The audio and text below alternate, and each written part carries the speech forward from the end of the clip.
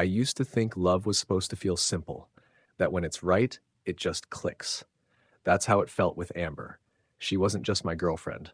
She was home. The way she smiled when I cooked, how she always reached for my hand in public, even the little notes she left in my bag before work, it all convinced me she was the one. We'd been together for 2 years and I'd already picked out the ring. I had the whole proposal planned. A weekend trip to Colorado, snow, a fireplace, her favorite song playing in the background, but I hadn't told her yet. I wanted it to be perfect. The only person who knew was my best friend, Jared. Yeah. Welcome to Reddit Tales. Make sure you like and subscribe for your top-notch Reddit drama. I told Jared first because he's been like a brother to me since high school. We've been through everything together. Loss, heartbreak, job changes, all of it. If there was one person I trusted without question, it was him. The day I told him about the proposal plan, we were sitting on his porch, drinking beers like we always did on Sundays. I expected him to be excited for me, maybe crack a joke about finally getting locked down, but instead, he just went quiet. I asked him what was wrong, and he forced a smile, muttered something about just making sure I'm sure, and then quickly changed the topic. At first, I didn't think much of it. Maybe he was just in a weird mood. But over the next few days, I noticed something off. Jared kept dodging my calls or texting dry replies. When we did meet up, he looked like he wanted to say something, but couldn't get the words out. I figured maybe he was going through his own stuff and didn't want to burden me. Meanwhile, things with Amber seemed perfect. Or so I thought. She was more affectionate than ever, always checking in on me, even suggesting we look at houses together. I took it as a sign that she was just as ready as I was to take things to the next level. But deep down, I couldn't shake Jared's strange behavior. Something didn't sit right, and I had no idea just how far that unease would go. I couldn't keep it in any longer. I called Jared again and asked if we could meet. This time I was blunt. I told him I could tell something was off, and if he had an issue with me proposing to Amber, he needed to say it straight. He hesitated, like he was weighing whether it was worth telling me or not. Finally, he just shook his head and said, "I don't think it's a good idea, bro. Just don't do it. Trust me on this." That was it. No explanation, no warning. Just a cryptic, half-hearted plea that made my stomach churn. I pressed him. I asked if Amber had said something, if he knew something I didn't. He denied everything, claiming he was just looking out for me, and that sometimes we get blinded by love. I couldn't lie, his reaction planted a seed of doubt in my mind. But the problem was, I loved her too much to let it grow. I chalked it up to Jared being overly protective or maybe jealous. After all, his last 2 relationships ended badly. Maybe seeing me happy was triggering him. Amber, on the other hand, remained flawless. She kept surprising me with small gestures, a framed photo of us, tickets to a band I mentioned once in passing, breakfast in bed on a random Tuesday. I felt guilty for even entertaining the idea that something could be wrong. Still, Jared's words looped in my head every night. Just don't do it. A week later, I invited Jared to dinner, me, him, and Amber. I figured if I got them in the same room, I could feel out whatever this weird tension was. But Jared bailed last minute, claiming an emergency at work. Amber barely reacted, just said, "It's okay, maybe next time." Her calmness was comforting, but also odd. If Jared really had something serious against her, wouldn't she be more upset? That night, I stayed up scrolling through old photos, old texts. I was looking for cracks, something I missed. But everything looked normal. I started to feel like I was losing my mind. Why was I questioning someone who had done nothing but love me? And why wouldn't my best friend just give me a straight answer?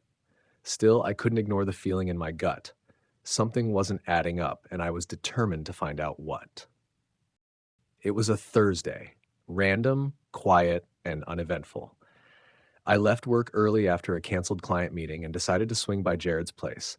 He lived about 15 minutes from my office, and something in me, maybe instinct, maybe paranoia, said today was the day I needed answers. I didn't call. I didn't text. I just drove over. I told myself it was nothing, just a friendly drop in. But deep down, I knew I was chasing the truth. When I pulled into his driveway, I noticed Amber's car parked across the street. It looked like she'd tried to hide it behind some bushes, like she didn't want it seen. My heart dropped. I sat there for a moment hoping it was just a coincidence. Maybe she was in the neighborhood. Maybe she had no idea this was Jared's street. Though that was a lie even I couldn't believe.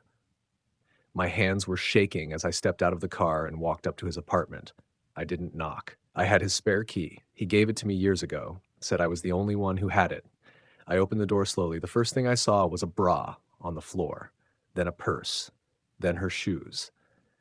Then I heard her laugh, Amber's laugh, coming from the bedroom. I didn't need to see anything else, but I walked down that hallway anyway. I opened the door, and there they were. Amber sat up, clutching the blanket to her chest.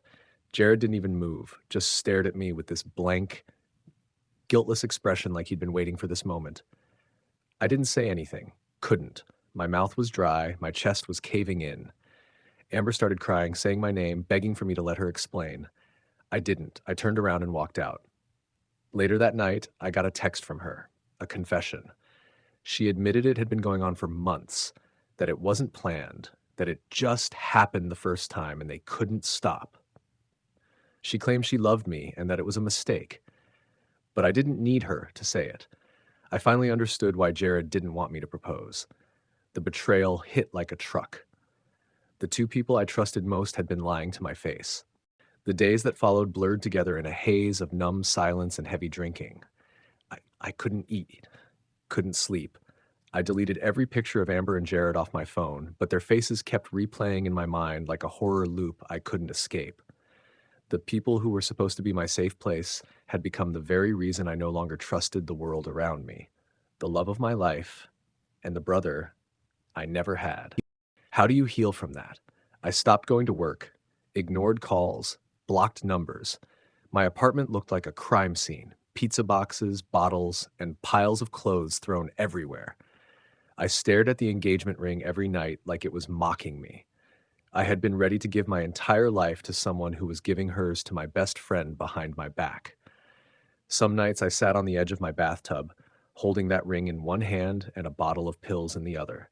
The thought crossed my mind more than once. I don't even want to lie about it, but I didn't do it. Instead, I packed a bag one morning, left my phone behind, and drove. No map, no plan, just away. I ended up in a small town 5 hours north, checked into a cheap motel, and stayed there for a week straight. Somewhere in that silence, I realized I didn't want to die. I just wanted the pain to stop. So I walked into a clinic, trembling and ashamed, and said 4 words I never thought I'd say out loud: I need some help. Therapy was brutal at first. Every session felt like reopening a wound I wanted to seal shut. But slowly, piece by piece, I started breathing again. I got a job at a local bookstore, started running in the mornings, joined a community group just to hear voices that weren't inside my head. I started to find pieces of myself I didn't know I'd lost even before Amber. I didn't forgive her, or Jared, but I did learn how to stop letting their choices control my future. Now, a year later, I've built a new life in a place where no one knows my name or my past. And that ring, I tossed it into the river months ago. Watching it sink felt like I was finally letting go of everything. The end. Please like and subscribe for more interesting stories like this. What do you think of this story? Please comment below.